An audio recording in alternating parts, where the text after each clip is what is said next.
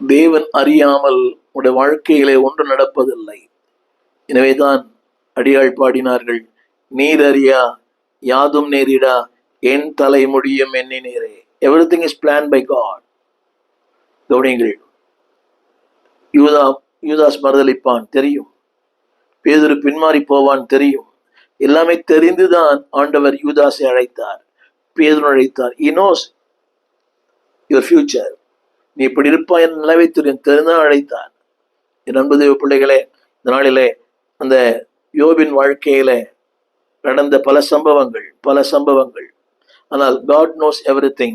எனவேதான் திருமறை சொல்லுகிறது, வெளிப்படுத்தல் புஸ்தகம், உடைய வாழ்க்கையிலே தேவன் இதை அனுமதிப்பதற்கான நோக்கம் என்னவென்றால், திரையில் பாருங்கள். நம்பர் 1, கரெக்ஷன், உங்களை திருத்துவதற்காக. நம்பர் 2, இன்ஸ்ட்ரக்ஷன், உங்களை போதிப்பதற்காக. நம்பர் 3, பர்ஃபெக்ஷன், உங்களை பூரணப்படுத்த. திரும்ப சொல்லுகிறேன், திரையில் பாருங்கள். கரெக்ஷன், உங்களை திருத்துவதற்காக. நம்ம நினைக்கிறோம், என்னை யாரும் திருத்த வேண்டாம், I am all right. No, I need corrections. இன்னைக்கு மக்களுக்கு இருக்கிற ஒரு பெரிய ஆணவ போக்கு தான், என்னை யாரும் கரெக்ட் பண்ணக்கூடாது. ஒரு சின்ன பையனை கரெக்ட் பண்ண டென்ஷன் ஆயிடுறான். ஒரு மனைவி கரெக்ட் பண்ணுவதை மனைவி விரும்பவில்லை. ஒரு கணவனை கரெக்ட் பண்றது கணவனை விரும்பலை. பிள்ளைகளை கரெக்ட் பண்றது பிள்ளைகள் விரும்பலை. எனக்கு எல்லாம் தெரியும், நீங்க சும்மா இருங்க, எல்லாரும் சொல்லுற வார்த்தை. திருச்ச மக்கள் கூட ஒரு உடன் ஊழியரை கரெக்ட் பண்ணுவதை உடன் ஊழியர் விரும்பவில்லை. உடனே வெளிநடப்பு, இல்லையிட்டால் அங்கே ஒரு குழப்பம், ஒரு கலாட்டா, எதிர்வினை ஆற்றுவது, எதிர்த்து பேசுவது. திரும்ப சொல்லுகிறேன், God allows your circumstances திரும்ப to correct you, உங்களை சரி பண்ணும்படி. எனக்கு ஆபோக் சொல்லுகிறான் 2:1, என்னை கண்டிக்கும் போது நான் என்ன சொல்லுவேன்? Every man needs correction. அது எவ்வளவு பெரிய ஊழியக்காரா இருந்தா கூட எனக்கு ஒரு கரெக்ஷன் தேவை, உங்களுக்கு ஒரு கரெக்ஷன் தேவை. when the correction comes, accept it. அந்த உங்களை திருத்துகிற அந்த வரும்போது ஏற்றுக்கொள்ளுங்கள். என்னன்னு சொல்றது, இன்னைக்கு அந்த கீழ்ப்படுகிற ஆவி மக்களுக்கு இல்லை, அந்த சப்மிசிவ் ஸ்பிரிட். எனக்கு எல்லாம் தெரியும். அன்பார்களே, உங்களுக்கு ஒரு சொல்லுகிறார் சொன்னால் கவனிங்கள், உங்களை மட்டம் தட்ட அல்ல, உங்களை உயர்த்த, உங்களை சரி பண்ண. அந்த குயவன் ஏன் அந்த பாத்திரத்தை உடைக்கிறான்? To make him in his shape. அவன் விரும்புகிற அந்த வடிவத்தில் வர வேண்டும் என்பதற்காக அதை அவன் தட்டுகிறான், உடைக்கிறான், என்னென்னோ பண்றான். அது அந்த நேரத்தில் அதுக்கு கஷ்டம்தான், ஆனாலும் ஒரு சிறப்பான மேன்மையான உருவத்தை பெற்றுக்கொள்கிறது. நம்பர் 1, God allows இந்த பிரயாசங்களை. அன்னைக்கு அது அவர்களை அதை பார்க்க வச்சிருக்கலாம். அந்த ஒரு நாள் 2 நாள்லையோ 2 ஆண்டுகள் அனுமதித்திற்கு காரணம் என்னென்றால் அவர்களை திருத்த. எபிரேயர் புஸ்தகம் 12ஆம் அதிகாரம் 6ஆம் வசனம் சொல்கிறது, கர்த்தர் எவனிடத்தில் அன்பு கூறுகிறாரோ அவனை சிட்சித்து சேர்த்துக் கொள்ளுகிற எந்த மகனையும் நன்றாக கவனிக்க வேண்டும். To have a close contact with him. அவரோடு இன்னும் உன்னை சேர்த்துக் கொள்ள விரும்புகிறார். இன்னும் கெட்டி அவரோடு சேர்த்துக் கொள்ளுகிற அந்த வசனத்தை முதல் குறிப்பு சொல்கிறேன். எவனிடத்தில் அன்பு கூறுகிறாரோ. பாடுகள் வருகிறதா? போராட்டங்கள் வருகிறதா? வறுமைகள் வருகிறதா? அவமானம் வருகிறதா? இல்லாமை வருகிறதா? எதிர்ப்புகள் வருகிறதா? தேவையற்ற விமர்சனம் வருகிறதா? உன்னை சிரித்துக் கொள்ளுங்கள். God loves you. உங்களை அன்பு கூறுகிறார். 2வது, அந்த அவருடைய சிற்றைக்கு காரணமே அவரிடத்துல இன்னும் உன்னை சேர்த்து கொள்ள. Draw him more and more closely. அவரிடத்துல இன்னும் உன்னை சேர்த்து கொள்ள. அது மட்டுமல்ல, அடுத்த வார்த்தை, அதில் ஒரு வார்த்தை, மகனை. எல்லாருக்கும் இந்த பாடுகள் அல்ல, மகனுக்கு, வழிப்போக்கர்களுக்கு அல்ல, அடுத்த வீட்டு பிள்ளைகளுக்கு அல்ல, சொந்த மகனுக்கு. அடுத்த வார்த்தை பிள்ளைகளுக்கு. அதுல அந்த பாடுகள் மத்தியில it trained சொல்லுகிறார், புத்திமதிகள். it trains you. தேவனே, அன்பான தேவ பிள்ளைகளே, God trains you. நீ நிறைய ட்ரைனிங் எடுக்கிறாங்க, அதெல்லாம் வேலைக்கு நடக்குமான்னு தெரியல. இன்னைக்கு நாம் செய்கிற வேலைக்கும் நாம் படித்த படிப்புக்கும் சம்பந்தமே இல்லை. எத்தனையோ பேர் படித்தது ஒன்று, ஆனால் செய்கிற வேலை இன்னொன்று. But God says, when God gives a training, there is a reason, there's a purpose, That's a aim. அதில் ஒரு குறிக்கோள் இருக்கிறது, ஒரு நோக்கம் இருக்கிறது, ஒரு லட்சியம் இருக்கிறது. அவர் சொல்லுகிறார், நீ அதை மறந்து போனாய். இந்த திரும்ப திரும்ப இந்த சாஸ்திரிகளுக்கு வருகிறேன். சோர்வு இல்லை, விளக்கரிப்பு இல்லை, ஏமாற்றம் இல்லை, அதைரியங்கள் இல்லை, அவிசுவாசம் இல்லை. Will reach. எழுதியிருக்கிறது. They don't know the duration. இந்த கால அளவு தெரியல. ஆனாலும் அதை கண்டுபிடிக்கிற வரை, அதை சந்திக்கிற வரை எங்கள் பயணம் தொடரும். என்னை கேட்டுக்கொண்டிருக்கிற அன்பு ஊழியனே, அன்பு சகோதரனே, அன்பு சகோதரியே, உங்கள் பயணம் தொடர என் ஜெபங்கள். தொடர்ந்து பயணம் செய்யுங்கள். துணையாளர் முன் செல்கிறார். அடுத்த ஒரு வசனம், வெளிப்படுத்தல் 3:19. நான் நேசிக்கிறவள் எவர்களோ அவர்களை கடிந்து கொண்டு சிட்சிக்கிறேன், ஆகையால் நீ ஜாக்கிரதையாயிருந்து மனம் திரும்பு. அடுத்த வார்த்தை, நான் நேசிக்கிறவர்கள், அடுத்து கடிந்து கொள்ளுதல், அடுத்து சிட்சை. ஏன் தெரியுமா? நீ ஜாக்கிரதையா இருக்கும்படி. முதல் குறிப்பு சொன்னேன், டு கரெக்ட் யூ, உன்னை கரெக்ட் பண்றதுக்காக. என் அன்பு பிள்ளைகளே, இப்படி சொன்னா உங்களுக்கு புரியும். தேவன் நேரம் எடுத்து என்னை கரெக்ட் பண்ணுகிறார். It takes time to correct me. சும்மா பண்ணல, இட் டேக்ஸ் டைம். ஒரு மாணவனுக்கு ஒரு ஆசிரியர் பாடம் சொல்லி கொடுக்க வேணுமா? It takes time. It takes time. ஞாபகம் இருக்கிறது, என்னுடைய குடும்பத்தில் அந்த முதல் எழுத்து, அவங்களுக்கு ஆங்கிலம் தெரியாது, ஆனால் தமிழ் தெரியும். அதற்கு நான் அவர்கள் எடுத்துக்கொண்ட பிரயாசங்கள். இன்னைக்கு கூட குடும்ப வீடுகளை பார்க்கிறோமே, அந்த பிள்ளைக்கு படிப்பு சொல்லி தருது ஜீவனே போகுது, ஜீவனே போயிடுது. படி படி படி, கத்தி கத்தி தொண்டை தண்ணி கூட வத்தி போகுது. சோர்ந்து போகிற தாய்மார்கள் ஏராளம். தகப்பனுக்கு அந்த பொறுப்பு இல்லை. தாய்மார்கள், சில பிள்ளைகள் தானாகவே படிக்கிறது, ஆண்டவருக்கு நன்றி. சில பிள்ளைகள் எவ்வளவு சொன்னா கூட உள்ள ஏறது இல்லை. காரணம் இந்த தொலைக்காட்சி, இந்த வீடியோ கேம்ஸ். அந்த தேவன் சொல்லுகிறார், நான் உன்னை சிட்சிக்கிறேன். ஏன் தெரியுமா? நீ டு பி அவேர், நீ ஜாக்கிரதையா இருக்க, எனக்கேற்ற பிள்ளையாய் நீ மாற்ற. Number 1 correction, number 2 instruction. ஏன் ஆண்டவர் இப்படி இப்படி பாதிலம் அனுமதிக்கிறார்? எதிர்பார்த்தது மாளிகை, ஆனால் அங்கே நிற்பது குடிசை. ஏன் தெரியுமா? நம்மை போதிக்கும்படி. இதான் வாழ்க்கை, இதுதான் வாழ்க்கை. சில பேர் ஒரு கற்பனை உலகத்திலே வாழ்கிறோம். இப்படிதான் இருக்கணும், இப்படிதான் இருக்கணும். இந்த பிள்ளைகளுக்கு பாருங்க, இந்த காலத்துல அந்த நன்றி உணர்வு இல்லை. இது என்ன சாப்பாடு, இது என்ன ட்ரெஸ்ஸு, இது என்ன பெரிய வீடு. பாருங்க, அவங்க கம்பேர் வித் சம்படி, இன்னொரு தங்களை ஒப்பிட்டு பார்த்து கொள்கிறார்கள். அந்த நன்றி உணர்வே இல்லை. பெற்றோர்களுக்கு இல்லாத ஒரு வாய்ப்பு பிள்ளைகளுக்கு இருக்கிறது. இந்த தலைமுறைக்கு நிறைய வாய்ப்புகள் இருக்கிறது. முந்தின தலைமுறைகளுக்கு அந்த வாய்ப்பே இல்லையே. எத்தனை பெரிய வாய்ப்பு.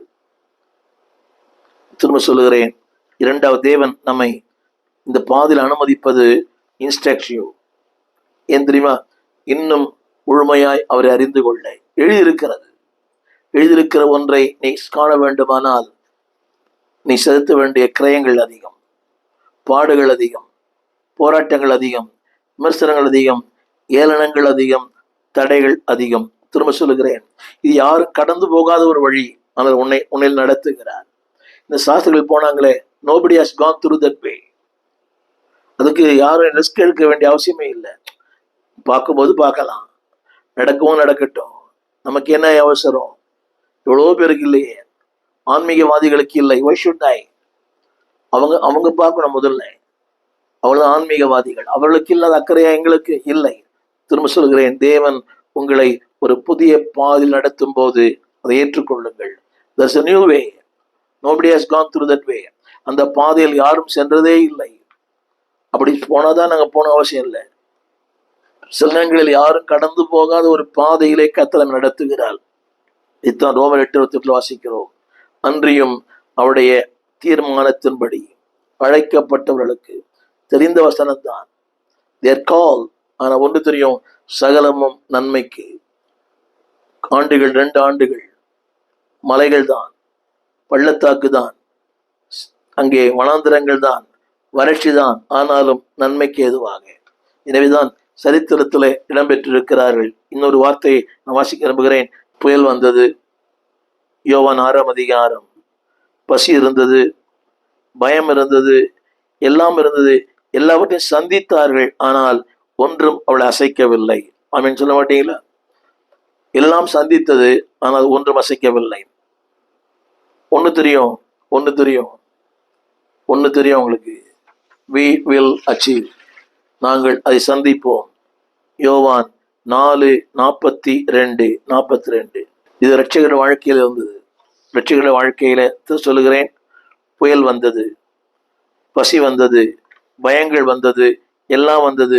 நீங்க சொல்ல விரும்புகிற வார்த்தை என்ன? இதுதான் வாழ்க்கை.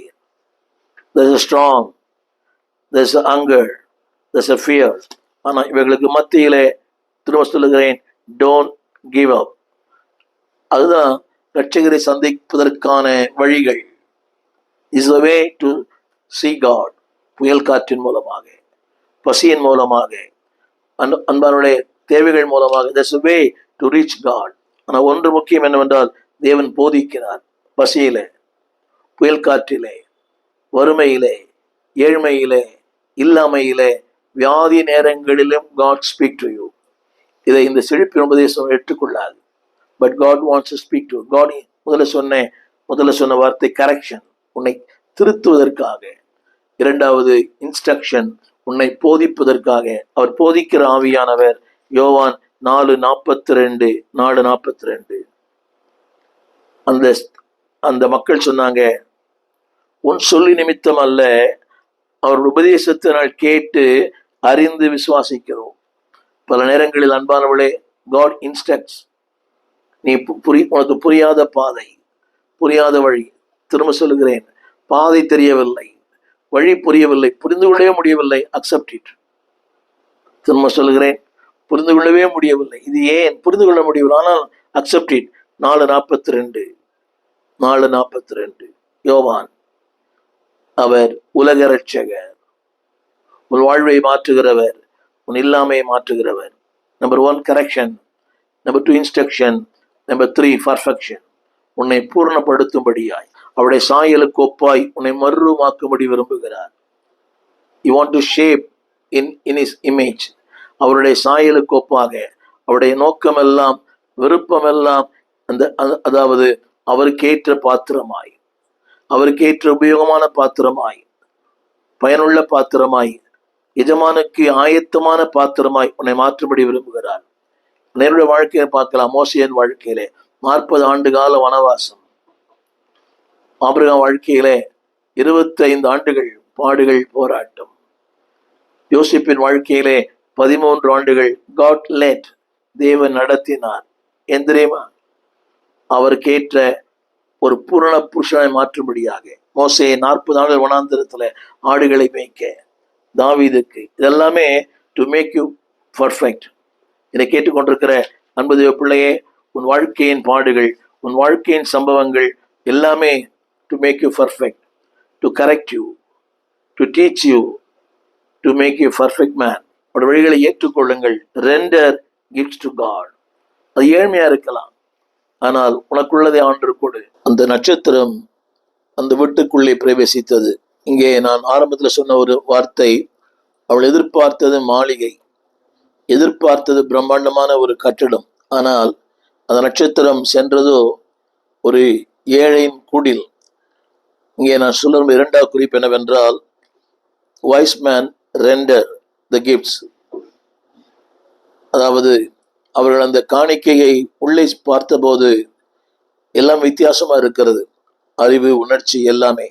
அவர் திரும்ப அந்த பொருட்களை கொண்டு வந்திருக்கலாம். ஆனால் வேதம் சொல்கிறது, அவர்கள் தங்கள் பொக்கிஷங்களை திறந்து சாஷ்டாங்கமாய் பணிந்து காணிக்கைகளை அவர்கள் அங்கே வைத்தார்கள். இங்கே நான் சொல்ல வந்த கருத்து என்னவென்றால், அன்பானவர்களே, பல நேரங்களில் நம்முடைய உணர்ச்சிகள் நம்மை ஆளுகிறது.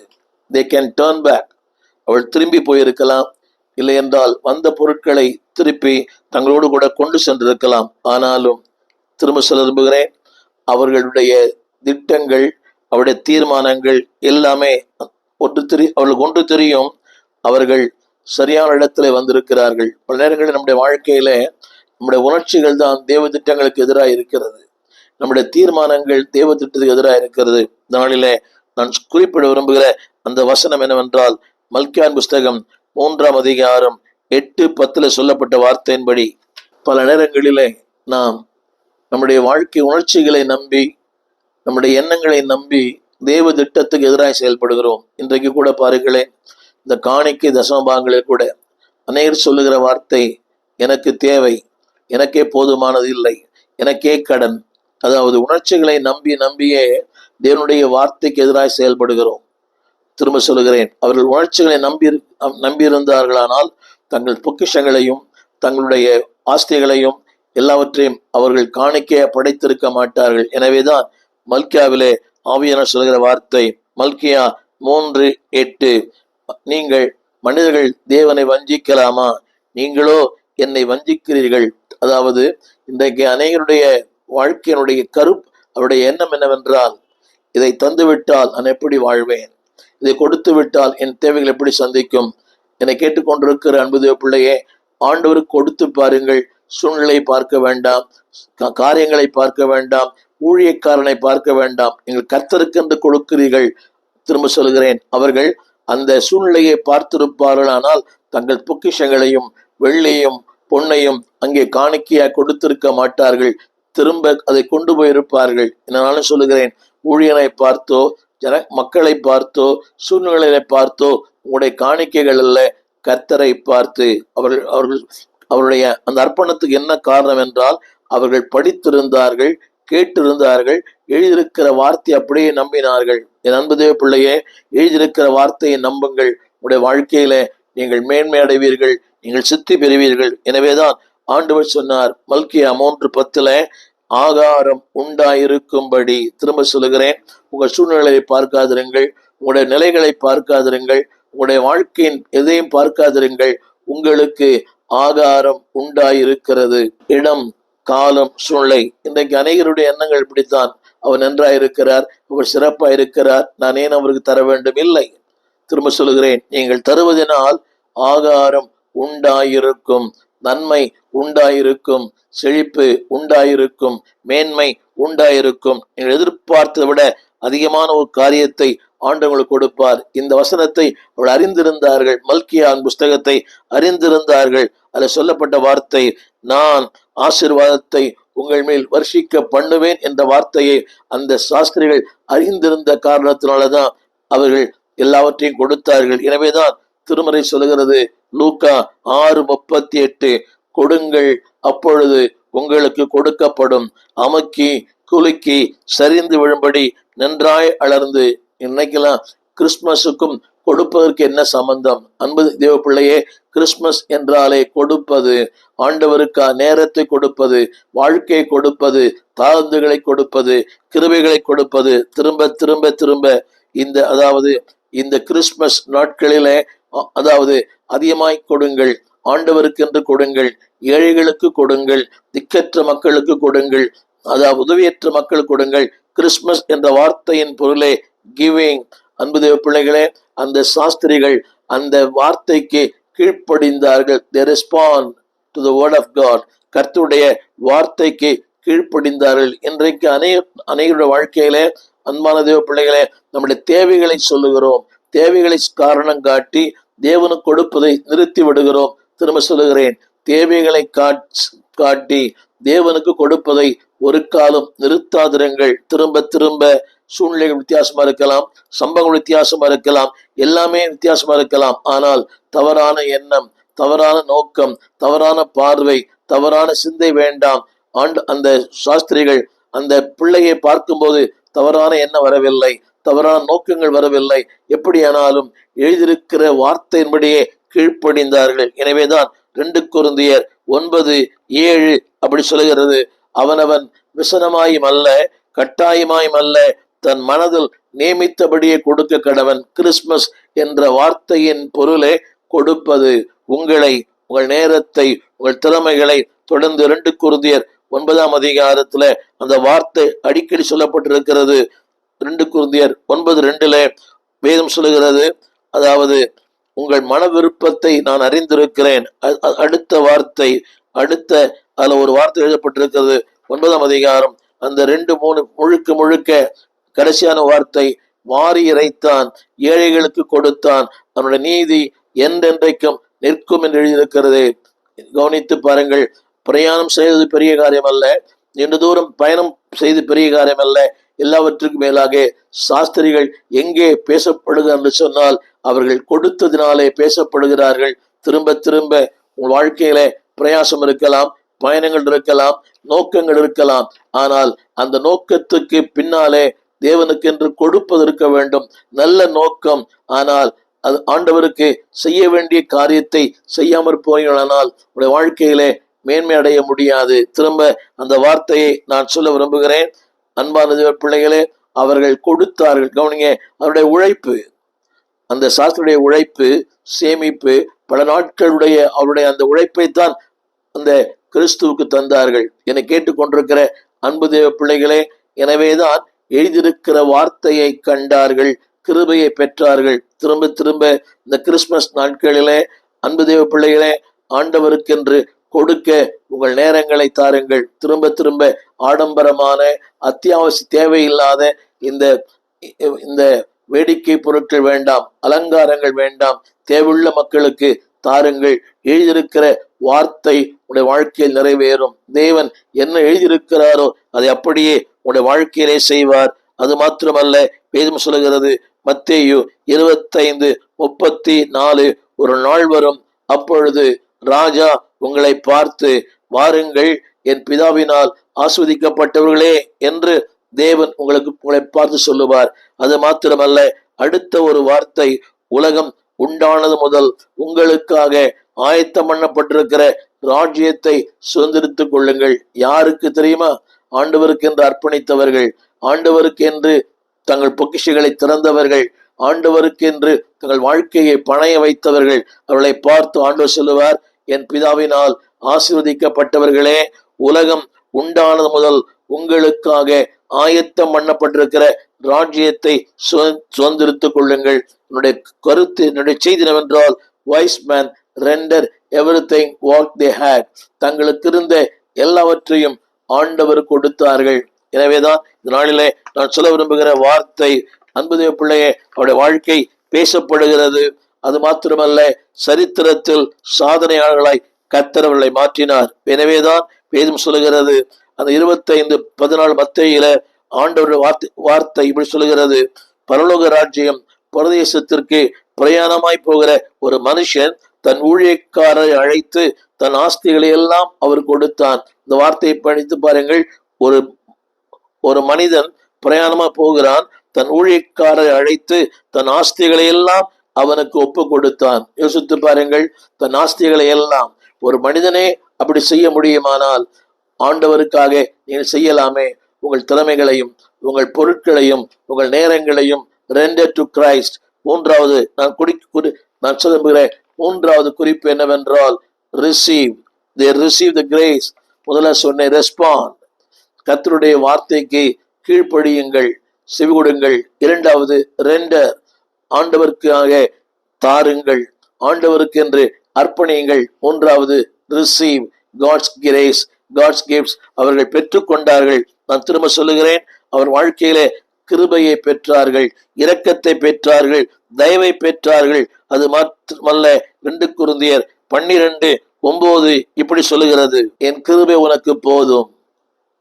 இதை நீங்க இதோட கனெக்ட் பண்ணி படிக்கணும். என் கிருபை உனக்கு போதும். பிரயாணங்கள், அர்ப்பணங்கள், தேவனுக்கு கொடுத்தது. ஆண்டு சொல்கிற வார்த்தை, என் கிருபை உனக்கு, என் கிருபை உனக்கு. அப்படியானால் when you render something to God, ஆண்டவருக்கு என்று ஒன்றை கொடுக்கும் போது அவர் கிருபை உன்னை தாங்கும், இரக்கங்கள் உங்களை தாங்கும். எனவேதான் வேதம் சொல்லுகிறது. என் அன்பது 3 காரியங்களை சொல்ல நம்புகிறேன். யூ ரிசீவ் கிஃப்ட்ஸ், தேவனுடைய கிருபைகளை பெறுகிறீர்கள். மாத்திரமல்ல, அன்பான யோவான் 16:13 எழுதப்பட்டிருக்கிறது. யோவான் 16:13, அந்த நீங்கள் ஆண்டவருக்கு கொடுக்கும் போது வேதம் சொல்லுகிறது, அவர் உங்களை சத்திய ஆவிக்குள்ளே நடத்துவார். ஒருவேளை நினைக்கலாம், இதற்கும் அதற்கு என்ன சம்பந்தம்? எஸ், சம்பந்தம் உண்டு. அர்ப்பணிக்கும் போது, கொடுக்கும் போது, பிரயாசப்படும் போது வேதம் சொல்கிறது, அவர் சகல சத்தியத்திற்குள்ளும் உங்களை வழி நடத்துவார். மாத்திரமல்ல, தேவனுடைய பிள்ளைகள் என்று ஒரு மேன்மையான சுதந்திரத்தை நீங்கள் பெற்றுக் கொள்வீர்கள். இந்த யோவான் 16:13 இன்னொரு காரியத்தை சொல்ல விரும்புகிறேன். உங்களை ஆண்டவர் தலைவர்களாக, மேய்ப்பர்களாக, சரித்திரத்தின் சாதனையாளராக மாற்றுவார். நான் படிக்கிற அந்த வசனத்தை பாருங்கள், 16:13. அதில் சொல்லப்பட்டிருக்கிறது, அவர் வரப்போகிற காரியங்களை உங்களுக்கு அறிவிப்பார். வரப்போகிற காரியங்கள், in other word, God will provide the guidance and also the leadership.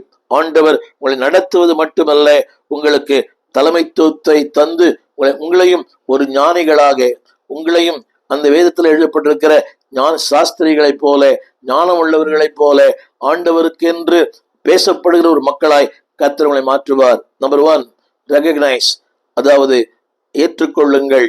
அன்பானவர்களே, வார்த்தை ஏற்றுக்கொள்ளுங்கள், விசுவாசியுங்கள். நம்பர் 2, ரெண்டர் யுவர் கிஃப்ட்ஸ், உங்களுக்கு என்று இருக்கிறதை ஆண்டவருக்கு தாருங்கள்.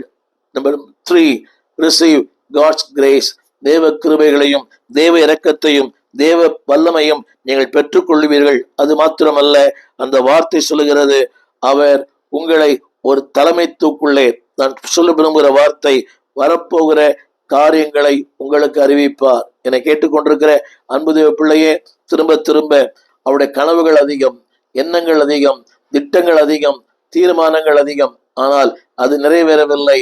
தேவனுடைய வார்த்தை நிறைவேறிற்று. உங்களுடைய வாழ்க்கையிலேயும் தேவனுடைய வார்த்தை, தேவனுடைய நோக்கம், தேவ சித்தம், 3 காரியங்கள். ஏற்றுக்கொள்ளுங்கள், அக்செப்டட், ரெகக்னைஸ், புரிந்து கொள்ளுங்கள். 2வது ரெண்டர், தாருங்கள். 3வது ரிசீவ், தேவ கிருபைகளையும் அளவில்லாத, முடிவில்லாத, அறிந்து கொள்ள முடியாத ஆழமான, உயரமான தேவ கிருபைகளை தேவன் உங்களுக்கு தந்து, உங்களையும் அது சொல்லப்பட்டிருக்கிறது, அவருடைய தேவ காரியங்களை ஆண்டு உங்களுக்கு வெளிப்படுத்துவார். எபிரேயர் 2:17, தேவ காரியங்களை உங்களுக்கு கர்த்தர் வெளிப்படுத்துவார், தேவ ரகசியங்களை வெளிப்படுத்துவார். அது மாத்திரமல்ல, உங்களையே பேசும் பொருளாய் கர்த்தர் மாற்றுவார். எனவே இந்த கிறிஸ்துமஸ் நாட்களிலே ரெகக்னைஸ் காட்ஸ் வேர்ட், அவனுடைய வார்த்தையை புரிந்து கொள்ளுங்கள், ஏற்றுக்கொள்ளுங்கள், அர்ப்பணியுங்கள். 2வது ரெண்டர் யுவர் கிஃப்ட்ஸ், உங்களுக்கு என்னவெல்லாம் கொடுத்திருக்கிறாரோ அத்தனையும், அன்பானவர்களே, உடல், பொருள், ஆவி, ஆத்துமா அத்தனையும், உங்கள் நேரங்கள், உங்கள் திறமைகள் அனைத்தும் இயேசுவுக்கு.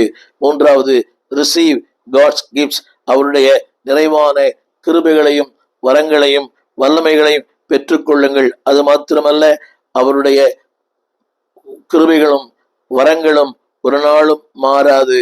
மாத்திரமல்ல, கொடுப்பதினால் நீங்கள் ஒரு நாளும் கீழே போவதில்லை, மேலே வளர்வீர்கள். கீழே வேர்விட்டு மேலே பூத்து குலுங்கிற கனிகளாய் நீங்கள் மாறுவீர்கள். எனவே இந்த 3 குறிப்புகளையும் நினைவில் வையுங்கள். ரெகக்னைஸ், கர்த்தருடைய வார்த்தையை ஏற்றுக்கொள்ளுங்கள். 2வது ரெண்டர், உங்களுக்கு இருப்பதை ஆண்டவருக்கு தாருங்கள். 3வது ரிசீவ், தேவ கிருபைகளை, வரங்களையும் வல்லமையும். நான் சொன்னது போல எபிரேயர் 2:17, தேவனுடைய காரியங்களை கர்த்தர் உங்களுக்கு புரிய வைப்பார். யோவான் 16:13, ஆண்டவர் உங்களை ஒவ்வொரு நாளும் நடத்துவார். அந்த வார்த்தையை நான் சொல்கிறேன், அதாவது நடத்துவார். 16:13, உங்களை நடத்துவார். சத்தியத்தில் மாத்திரமல்ல, தேவைகளுக்குள்ளே நடத்துவார், வாழ்க்கையில் உங்களை நடத்துவார். He lead you, he guide you. எனவே இந்த நாளிலே, இந்த கிறிஸ்துமஸ் காலங்களிலே, அன்பு தேவ பிள்ளைகளே, நோக்கம் ஒன்றாக இருக்க வேண்டும். வார்த்தை உங்கள் வாழ்க்கையில் நிறைவேற வேண்டும். அந்த வார்த்தைக்கு அர்ப்பணியுங்கள். ஒருவேளை பாதை கடினமா இருக்கலாம், தூரமா இருக்கலாம், பாரமா இருக்கலாம். தூரத்தை பாராதிருங்கள், பாரங்களையும் பாராதிருங்கள். வார்த்தை உங்கள் நிறைவேற உங்கள் பயணம் தொடரட்டும். இரட்சகரை பார்ப்பீர்கள், கண்டேரியன் கண் குளிர. கனவுகள் அல்ல, தேவ திட்டங்கள் நிறைவேறும். ஒருவேளை நீங்கள் எதிர்பார்க்கிறது போலல்ல, தேவன் தம்முடைய வல்லமையும் தம்முடைய கிருபையும் தம்முடைய காருண்யத்தையும் உங்கள் மூலமாய் வெளிப்படுத்துவார். உங்களுக்காக ஜெபிக்க விரும்புகிறேன். ஜெபிப்போம். வானத்தையும் பூமியையும் படைத்த நல்ல ஆண்டவரே, இந்த அருமையான வேலைக்காக நன்றியோடு துதிக்கிறோம். உலகமெல்லாம் உம்முடைய இந்த நாட்களிலே, ஒரு பிறப்பை நினைவூறுகிற நாட்களிலே, நாங்களும் ஆண்டவரே எங்களுடைய இந்த காலகட்டத்தில் அந்த நட்சத்திரத்தை கண்டு பணிந்து ஆண்டவரை தொழுது கொள்ள எங்களுக்கு அப்படிப்பட்ட கிருபைகளை தாங்க. எழுதியிருக்கிற வார்த்தைக்கு நாங்கள் கீழ்ப்படிய, எழுதியிருக்கிற வார்த்தை நிறைவேற, எழுதியிருக்கிற இரட்சகரை பார்க்க, அவரை பணிந்து கொள்ள எங்களுடைய பொக்கிஷங்களை திறந்து உமக்கென்று அர்ப்பணிக்க, அதனால் வருகிற கிருபை, அதனால் வருகிற மேன்மை, அதனால் வருகிற உயர்வு எல்லாவற்றையும் பெற்று நாங்களும் ஒரு சாதனையாளர்களாய், சரித்திரத்தில் இடம்பெறுகிற மக்களாய், பேசப்படுகிற மக்களாய் எங்களை மாற்றும். அந்த சாஸ்திரிகள் இன்று பேசப்படுகிறார்களே, நாங்களும் பேசும் பொருளாய் எங்களை மாற்றும். அன்பின் கரங்களிலே தாழ்த்துகிறோம். ஆண்டவர் இயேசுவின் நாமத்தில் நல்ல பிதாவே, ஆமென். அன்பான தேவ பிள்ளைகளே, இந்த கிறிஸ்துமஸ் நாட்களிலே உங்கள் பயணம் கிறிஸ்துவை நோக்கி இருக்கட்டும். உலக பிரகாரமான பயணங்கள் அல்ல, ஃபோக்கஸ் கிரைஸ்ட். உங்கள் பயணங்கள் அவரை நோக்கி இருக்கட்டும். உங்கள் நேரங்கள் அவரை நோக்கி இருக்கட்டும். உங்கள் காரியங்கள் அவரை நோக்கி இருக்கட்டும். அப்பொழுது you will receive unspeakable, சொல்லி முடியாத மகிமையால் நிறைந்த கிருபைகளையும் இரக்கங்களையும் பெற்றுக்கொள்வீர்கள். நான் சொன்ன போல தேவனுடைய காரியங்களை புரிந்து கொள்வீர்கள். உங்களை நடத்துவார். God bless you. உங்கள் யாவருக்கும் உங்களுடைய கிறிஸ்துமஸ் நல்வாழ்த்துக்கள். எங்கள் விலாசம் போதகர் ஸ்டீஃபன் தேவகுமார், திறந்த வாசல் சபை, நம்பர் 65, பரமானந்த தெரு, 7 கிணறு, சென்னை 600001. தொடர்புக்கு 9841839287. மேலும் 04443183330. எங்கள் மின்னஞ்சல் stephenopendor@gmail.com. எங்கள் தேவ செய்திகளை யூடியூப் சேனலில் பார்த்து பயனடையுங்கள். தேவன் உங்களை ஆசீர்வதிப்பாராக.